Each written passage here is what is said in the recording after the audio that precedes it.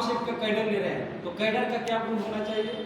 तो कैडर का क्या मेरिट है? तो कैडर का मेरिट है कि कैडर के अंदर दो मेरिट है, एक है अंडरस्टैंडिंग मेरिट जिसको हम बोलते हैं समझने की योग्यता, और दूसरा है डेवलपिंग मेरिट यानी विकासशील योग्यता।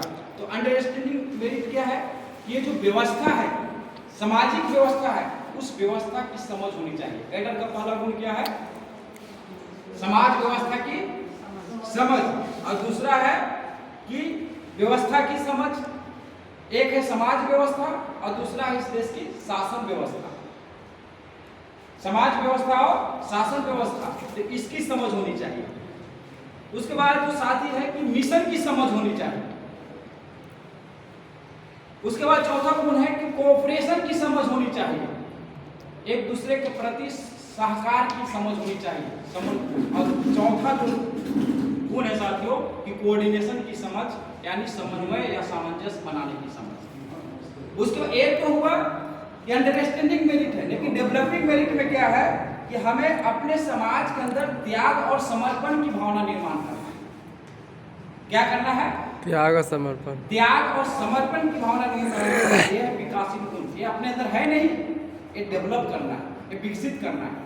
और दूसरा गुण क्या है साथियों कि हमारा जो संगठन का जो मिशन है, उद्देश्य है, उसके प्रति हमें गंभीर होना पड़ेगा, सीरियस होना पड़ेगा। और तीसरा जो है कि कार्य के प्रति हमें रुचि होनी चाहिए। हमारे अंदर क्या होना चाहिए? ये जो काम हम कर रहे हैं बाबा साहब अम्बेडकर का, अपने महापुरुषों का, उस मिशन के प्रति हमारे अंदर सेल्फ इंटरेस्ट होना चाहिए। और चौथा गुण है साथियों कि हमें अपने अंदर कुछ योग्यता का विकास करना होगा। आप नेता बनना चाहते हैं, नेता बनने के लिए क्या करना होगा?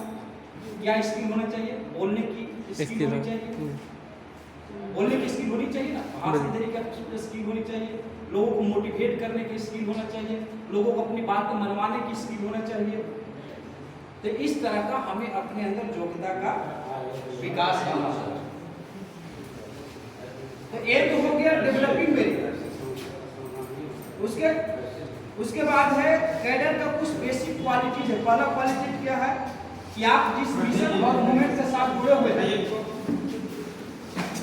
जिस मिशन और मूवमेंट के साथ जुड़े हुए हैं, उसका जो उद्देश्य और विचारधारा है, जो आइडियोलॉजी है, उस आइडियोलॉजी से आपको 100% सहमत होना पड़ेगा।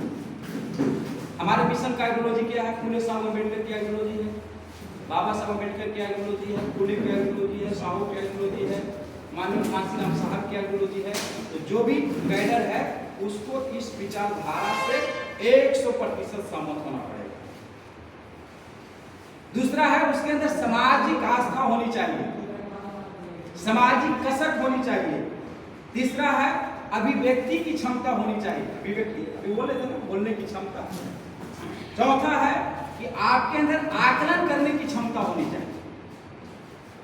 पांचवा है आपका अंदर ये सारी गुण है, आपके अंदर अभिव्यक्ति की क्षमता है, आप विचारधारा से 100% सहमत है ना, आप अच्छा बोल लेते हैं, आप अच्छा कैडर ले लेते हैं, आप अच्छा लोगों को मोटिवेट कर लेते हैं। लेकिन इसके लिए सर बता रहे थे कि समय ही नहीं निकालते, समय ही नहीं है आपके पास। तो पांचवी जो गुण है कि आपके अंदर समय देने वाला व्यक्ति होना चाहिए। कैडर कैसा होना चाहिए? कैडर की पांचवी गुण क्या होनी चाहिए? समय देने वाला होना चाहिए। तो साथियों ये हुआ बेसिक क्वालिटी ऑफ कैडर, उसका मूलभूत गुण क्या है, और उसके बाद जो उसको करना क्या है, कैडर को करना क्या है। तो पहला काम करना है प्रचार करना। क्या प्रचार करना है? तो हमारे महापुरुषों की जो विचारधारा है उसको प्रचार करना है। दूसरा क्या है? उसको प्रसार करना है। प्रचार हो गया, एक गांव में गए, बाबा साहब अम्बेडकर की विचारधारा, फुले की विचारधारा, साहू की विचारधारा, बहुजन महापुरुषों की विचारधारा हमने लोगों को बता दी, प्रचार हो गया। लेकिन इसको गांव-गांव में, सभी गांवों में पहुंचाना, ये क्या हो गया?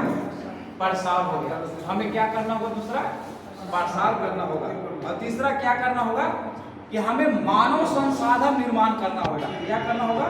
मानव ह्यूमन रिसोर्स डेवलप करना पड़ेगा। किसी भी मूवमेंट के लिए ह्यूमन रिसोर्स की आवश्यकता है। और उसके बाद चौथा गुण है कि ह्यूमन रिसोर्स के साथ साथ हमें फिनेंशियल रिसोर्स भी डेवलप करना पड़ेगा, आर्थिक संसाधन का भी निर्माण करना पड़ेगा। किसी भी मूवमेंट को चलाने के लिए जो सबसे बड़ी चीज़ है वो है